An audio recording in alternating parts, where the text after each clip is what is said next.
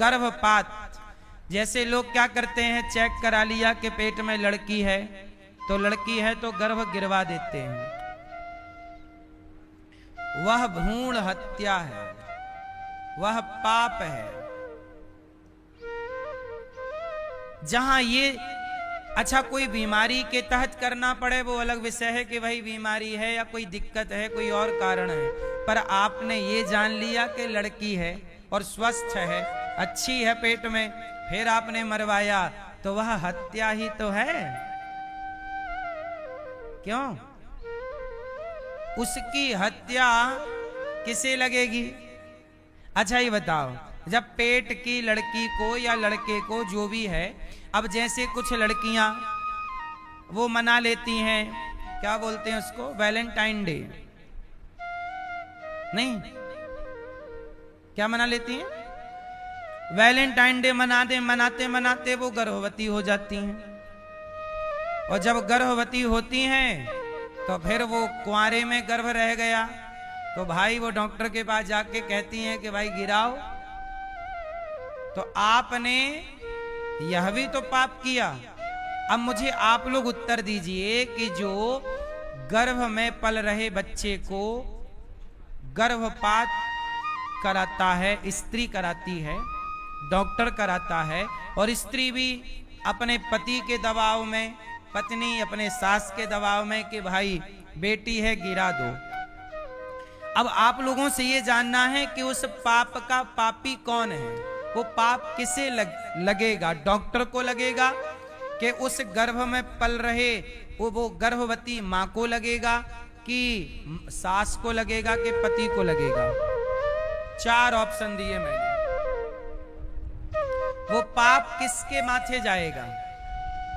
वो हत्या तो हुई ना एक कन्या की, भ्रूण हत्या, वो पाप किसके माथे जाएगी बताओ?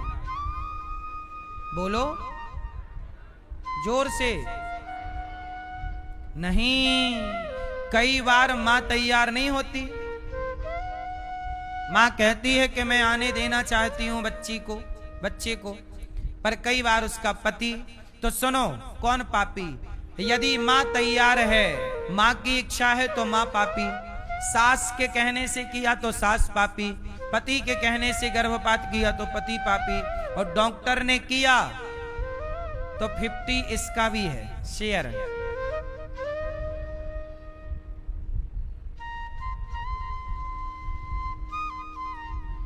तो ये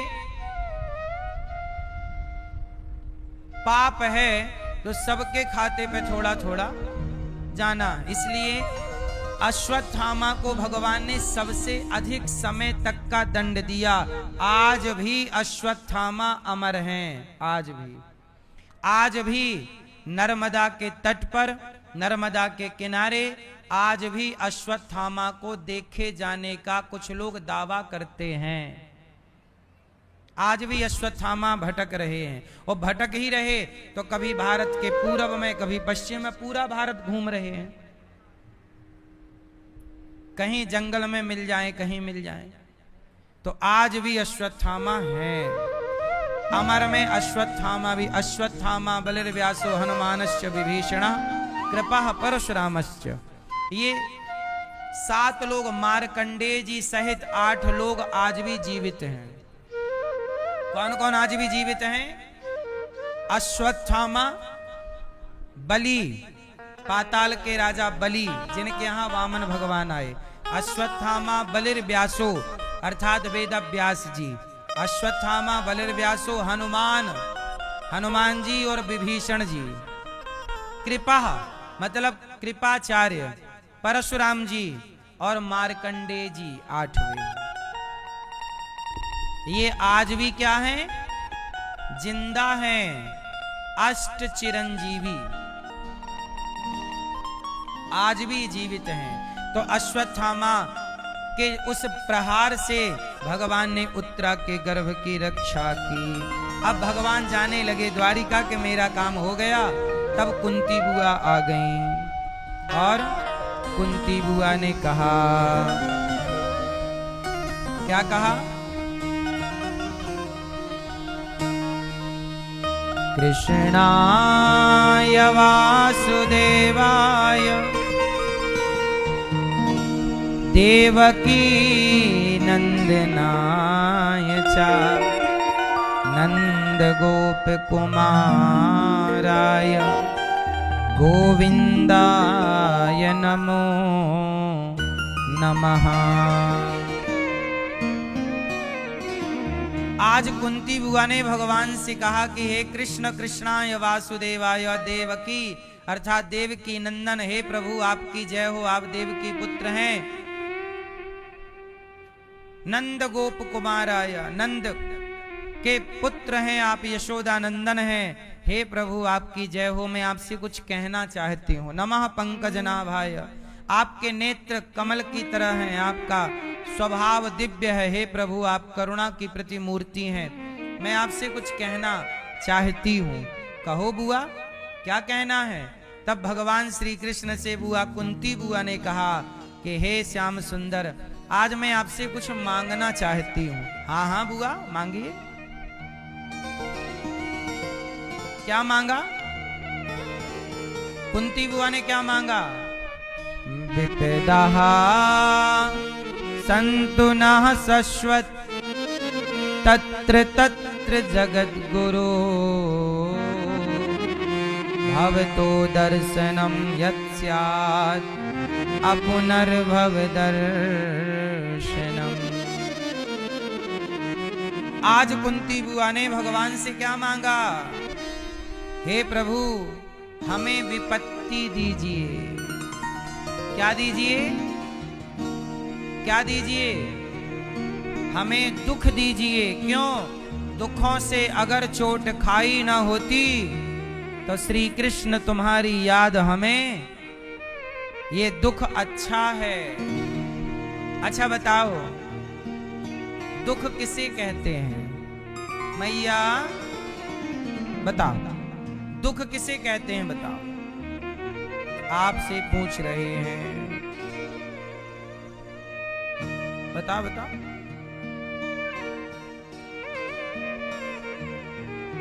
पीछे वाली मैया बताओ, दुख किसे कहते हैं? आप बताओ भैया। ठीक है, चश्मा वाली मैया बताएंगी, पीछे वाली सोफे वाली मैया बताओ, सब दुख किसे कहते हैं?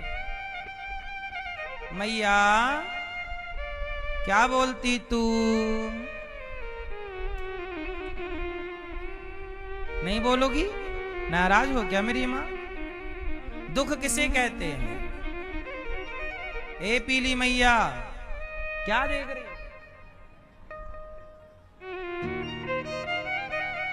दुख किसे कहते हैं? हैं? पड़ोसन को? पीछे वाली मैया बताएंगी, हरी मैया। हरी साड़ी पहनी है ना मैया ने।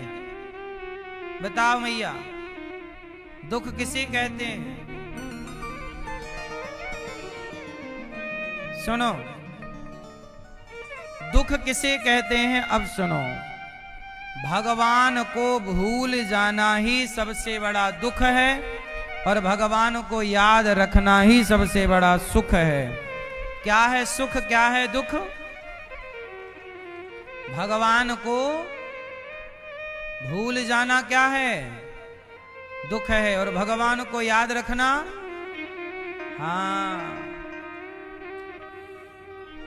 भगवान को भूल जाना ही दुख है, भगवान को याद रखना ही। इसलिए सुखी होना चाहते हैं, भगवान को याद रखिए। जब कोई नहीं आता ना मेरी माँ,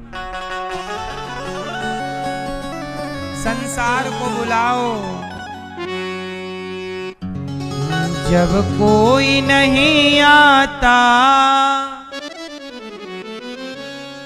जब कोई नहीं आता, ओ मेरे श्याम आते हैं। मेरे दुख के दिनों में ये बड़े काम आते हैं। संसार सुख में आएगा पर भगवान, हाँ, दोनों हाथ उठा लो, तालियां बजा लो। जय हो।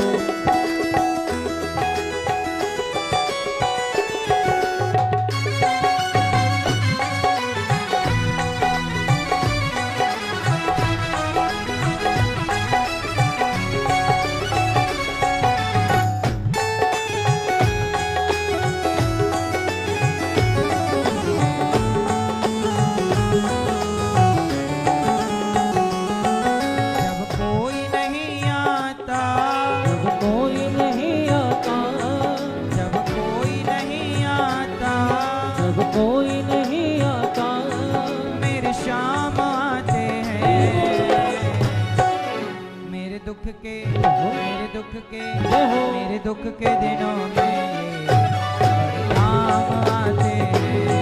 मेरे दुख के दिनों में ये बड़े काम आते हैं।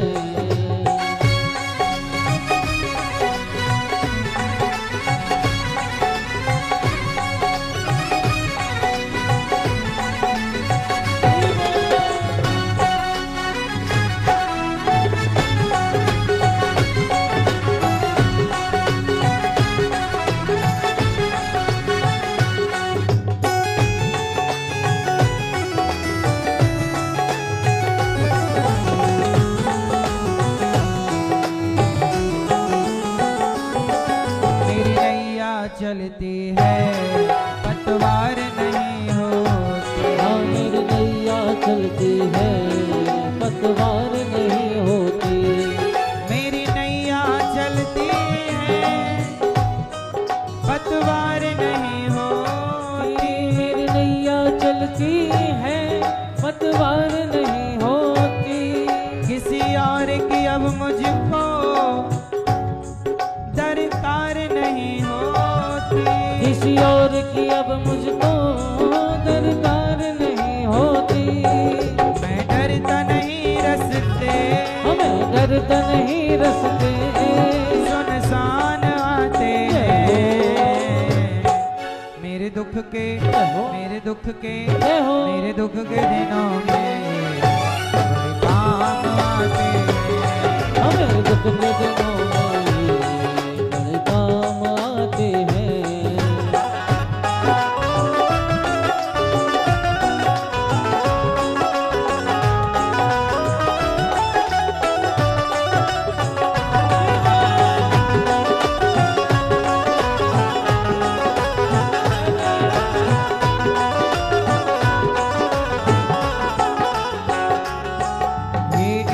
बड़े होकर दीनों से प्यार करें। ये इतने बड़े होकर दीनों से प्यार करें। अपने भक्तों का दुख पल में स्वीकार करें। अपने भक्तों का दुख पल में स्वीकार करें। ये बिन बोले सब कुछ, ये बिन बोले सब कुछ पहचान जाते हैं। मेरे दुख के मेरे दुख के मेरे दुख के दिनों में ये बड़े काम आते हैं। मेरे दुख के दिनों में ये बड़े काम आते हैं।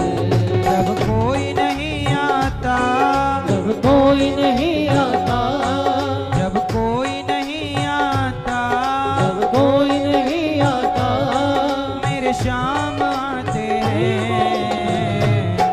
मेरे दुख के मेरे दुख के मेरे दुख के दिनों में ये बड़े काम आते हैं। मेरे दुख के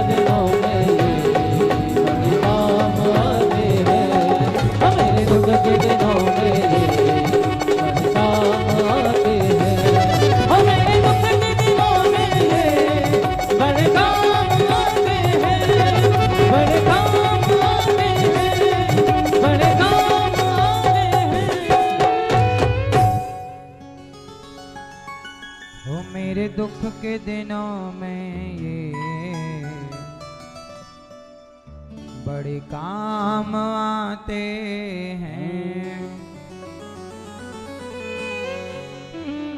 तो जब कोई नहीं आता तब कौन आता है? भगवान। भगवान हे कृष्ण तुम बड़े दयालु हो, हे राम तुम बड़े दयालु हो। भगवान कौन है? दयालु। कुंती बुआ बोली प्रभु हमें विपत्ति दीजिए। भगवान बोले बुआ मैं दुख नहीं दे सकता। अच्छा एक बात बताओ आप लोग मुझे कि दुख देता कौन है? कौन दुख देता है? मैया। कौन दुख देता है? आपको दुख कौन देता है? मैया। ए मैया, झोले के अंदर से मोबाइल चला रही है मैया।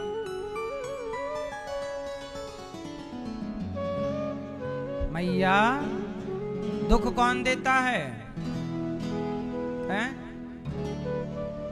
कौन देता है दुख? जोर से। कुंती बुआ ने क्या मांगा हमें? भगवान बोले हम दुख नहीं दे सकते, हमने आज तक किसी को दुख दिया ही नहीं।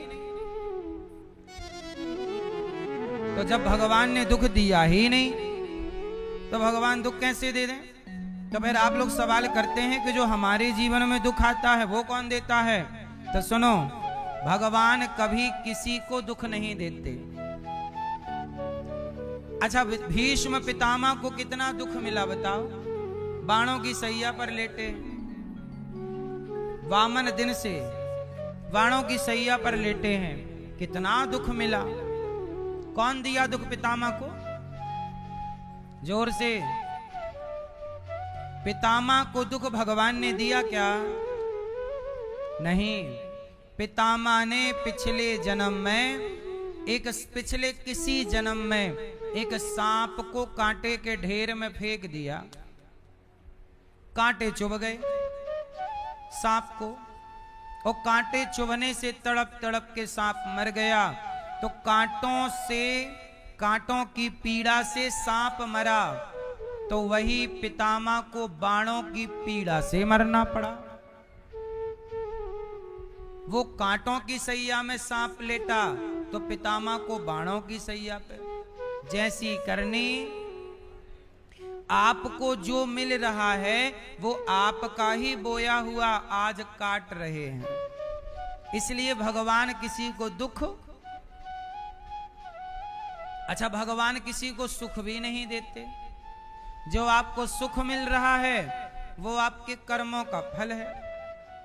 तो फिर आप ये सवाल करिए कि जब भगवान दुख नहीं देते, सुख नहीं देते, तो फिर भगवान की हम पूजा क्यों करें? क्यों करें? क्या फायदा पूजा करने से? तो सुनो, भगवान की पूजा करने के फायदे क्या हैं वो सुनो। जब सुख दुख भगवान नहीं देते तो भगवान की पूजा क्यों करें?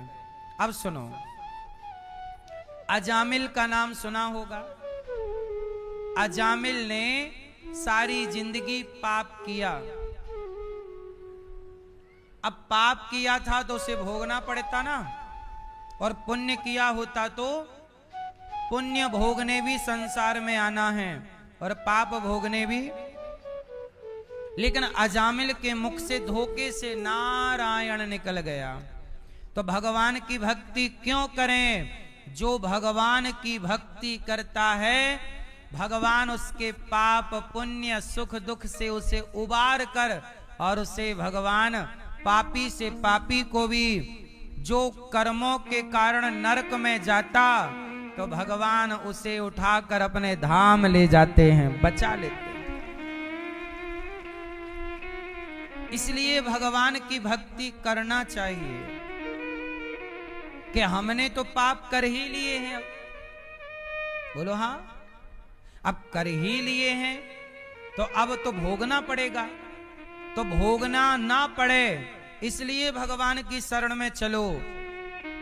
जैसे आग की शरण में कोई हरा घास आ जाए, सूखा घास आ जाए, हरी लकड़ी आ जाए, सूखी लकड़ी आ जाए, कोई भी आ जाए, आग सबको जलाती चलेगी। बोलो हाँ। ऐसे भगवान की शरण में पापी आ जाए, पुण्यात्मा आ जाए, बस आ जाए तो प्रभु सबको तारते चलेंगे। एक कथा सुनो इसके उत्तर की, कि व्यक्ति जो करता है भोगना पड़ता है। भगवान किसी को सुख दुख नहीं देते, आपका अपना कर्म ही आपको सुख दुख देता है। तो भक्ति क्यों करें? भक्ति करेंगे तो कर्म से मुक्त हो जाएंगे, कर्म बंधन ही छूट जाएगा। अब सुनो इसके उदाहरण में एक कथा सुनो। एक गांव में एक रंगनाथ नाम के सेठ जी रहा करते थे। क्या नाम था? रंगनाथ जी नाम के सेठ जी। बड़ा अच्छा काम था, पैसे कमाते। उनका एक नौकर था, सांवला सा, बड़ा दुष्ट था, खूब गलत गलत काम करता। अचानक उसकी तबीयत बिगड़ी और वो अपने घर में उसकी मृत्यु हो गई। सेठ को, रंगनाथ जी को, रंगनाथ सेठ को पता लगा कि मेरा नौकर मर गया। तो उसके परिवार की थोड़ी बहुत मदद सेठ जी ने कर दी। अब वो मर गया और संयोग से ये भक्तमाल की कथा है, सुनिएगा। मरने के बाद जब वो नौकर सेठ जी का यमराज के पास गया तो यमराज जी ने देखा कि भाई तू तो बहुत बड़ा पापी है, तो ऐसा करके हमारी सेना में शामिल हो जा। तो उसे यमदूत बना दिया। बोले तू भोगता भी रहेगा और हमारा काम भी कर। जैसे आप लोग वीआईपी पापी हुए तो यमराज जी आपको अपना काम धाम भी दे देते हैं, जाओ यमदूत तुम बन जाओ। तो यमदूत के साथ आपको रहना पड़ता है। तो यमराज, अब देखो हजारों लोग रोज मरते हैं ना, तो यमराज जी की भी तो सेना बड़ी होगी। एक को भारत भेजा, एक को अमेरिका भेजा, पाकिस्तान भेजा, जापान भेजा, जर्मनी, सब जगह ही तो लोग मर रहे हैं और सबका हिसाब किताब यमराज जी के पास। तो यमराज जी के कार्यकाल भी बड़ा है। और तो उस आदमी को क्या बना दिया? यमदूत बना दिया। अब एक दिन क्या हुआ कि जो सेठ थे रंगनाथ जी, तो एक दिन क्या हुआ कि उनके द्वार पर यही उनका नौकर टहलता हुआ दिखाई पड़ा। तो सेठ रंगनाथ बोले, क्यों भाई, मैंने तो सुना था तू मर गया और तू मेरे आंगन में क्या कर रहा है? बोला, सेठ जी आपने ठीक सुना, मैं मर गया हूं। अरे तू मर गया तो ये जिंदा तो है? बोले नहीं, केवल मैं आपको दिख रहा हूं, क्योंकि मैं आपका नौकर था ना, मैं और किसी को दिखता नहीं हूं, मैं यमदूत हूं, यमदूत। अरे सेठ जी डरे, तो मेरे आंगन में क्या कर रहा है, मुझे लेने आ गया क्या? नहीं मालिक, मैं तो आपका नमक खाया हूं ना, आपने मेरे मरने के बाद मेरे माँ बाप को थोड़ी मदद भी की थी, मैं आपको लेने नहीं आया, लेकिन जो आपके बगल में पड़ोसी है ना, आज मैं उसको लेने आया हूं, आपके पड़ोसी को। अरे बोले, मेरा पड़ोसी तो बड़ा हट्टा कट्टा है, कमाता मस्त है, अभी उसके मरने का टाइम नहीं आया, तू कैसे मार सकता है? बोले, मैं यमदूत हूं, आज मैं उसे मारूंगा। तो सेठ जी बोले, अच्छा तू मजाक कर रहा है? यमदूत बना घूम रहा है, चल काम धाम कर। सेठ जी आपको भरोसा नहीं हुआ? मैं यमदूत हूं, आज आपका पड़ोसी 1:31 पर उसे बैल सींग उसके पेट में घुसाएगा, मैं उस बैल के सींग में जाकर बैठूंगा, और तुम्हें भरोसा ना हो तो देख लेना। ठीक है, अब वो था तो यमदूत ही। अब वो गया बैलों के पास, समय हुआ 1:31, वो बैल को सहला रहा था, बैल प्यार कर रहा कि तभी अचानक बैल को गुस्सा आया और बैल ने इसको सींग में बैठा। ये देखो, मौत कभी अपने ऊपर बहाना नहीं लेती, किसी ना किसी को बहाना। 1:31 हुआ कि उस सींग घुसा दिया बैल ने इसके पेट में, और इसका पड़ोसी रंगनाथ सेठ का मारा गया। अब तो रंगनाथ डरे, यहां भैया यहां, ये तो सही मर गया। ये बता कि अब तू यमदूत है तो बता मैं कब मरूंगा। रंगनाथ सेठ बोले तो नौकर बोला, सेठ जी मैं आपको बताने आया हूं कि आप सारा पैसा जोड़ जोड़ के तिजोरियों में रख रहे हैं, इससे आपकी गति अच्छी ना होगी। ये आपका पड़ोसी देखो, मौत आई तो 1 मिनट भी लेट नहीं हुआ। मेरे को टाइम बता के भेजा गया था, इतने बज के इतने मिनट में काम तमाम करना है। 1 मिनट भी ईश्वर की तरफ से लेट नहीं होता कोई। आप कहीं भी जाने में लेट हो जाइए, पर ईश्वर के पास जाने में आप लेट ना होंगे। तो सुनो, ऐसा है कि देखो मैं आपका नौकर हूं, आपका नमक खाया हूं, आपको सच्ची सच्ची बता रहा हूं, आप अपने जीवन में पुण्य करिए, वरना आप जो पाप कमा रहे हैं सेठ जी, मिला मिला के मिलावट कर करके लूट रहे हैं, बेवजह ब्याज वसूल रहे हैं, आपका भी नरक में हिसाब। मैंने एक दिन देखा था, तब आपकी भी डायरी बड़ी है, वहां बहुत यातनाएं मिलने वाली हैं। इसलिए ऐसा करिए, अभी से जीवन में जितना पुण्य कर सको। तो सेठ ने कहा कि यमराज के हिसाब से सबसे बड़ा पुण्य क्या है? यमदूत ने कहा कि भूखों को भोजन कराओ, यही यमराज की नजर में सबसे बड़ा पुण्य है। जो किसी को भोजन कराए, किसी की सेवा करे, किसी के होंठों पे मुस्कान लाए, पानी पिलाए, भोजन दे, कपड़े दे, किसी का बेसहारा का सहारा बने, सेवा करे, वही सब